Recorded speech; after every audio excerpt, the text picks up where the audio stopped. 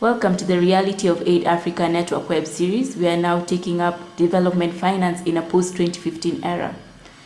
Development finance is evolving, and we see more and more development actors embracing the growing need of financing on a more results-based approach rather than an activity-based outlook. What frame must be put in place for all players to engage effectively? I think that's a very important question. When we are talking about results-based, we are talking about results-based for who? I think that's a very important question that we must ask. Is it about, how many schools you built? Is it about how many health sectors you managed to construct?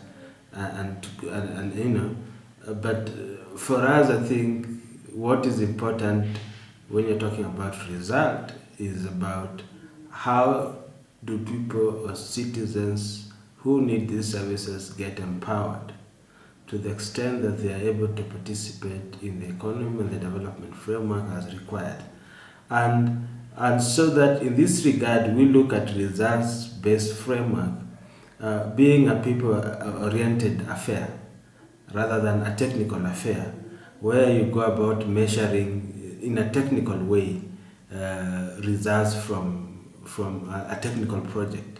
Now, that would call for us to put in place a very different frame of instruments to be able to measure results-based. One is we need to have a framework where there is democratic ownership of all the development programs that are in place.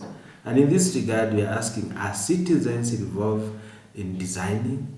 Are they involved in planning? Are they involved in execution of those development programs?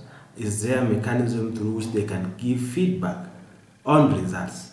So that in this case, results is not just about a technocrat going into the field, collect data and come to say we measure these results, but results coming from the citizens themselves.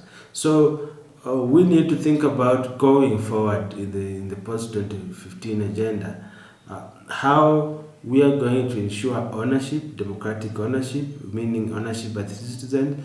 Two, how you are going to design frameworks that are inclusive, where citizens are able to participate and engage, and also how we are going to develop partnerships, where citizens can also bring their input, their energies into this framework. And lastly, in terms of measuring and evaluating the programs, how do we make them participatory, where the citizens or the beneficiaries of these programs are also able to give feedback with regard to results, with regard to how this development agenda has transformed or is transforming their life.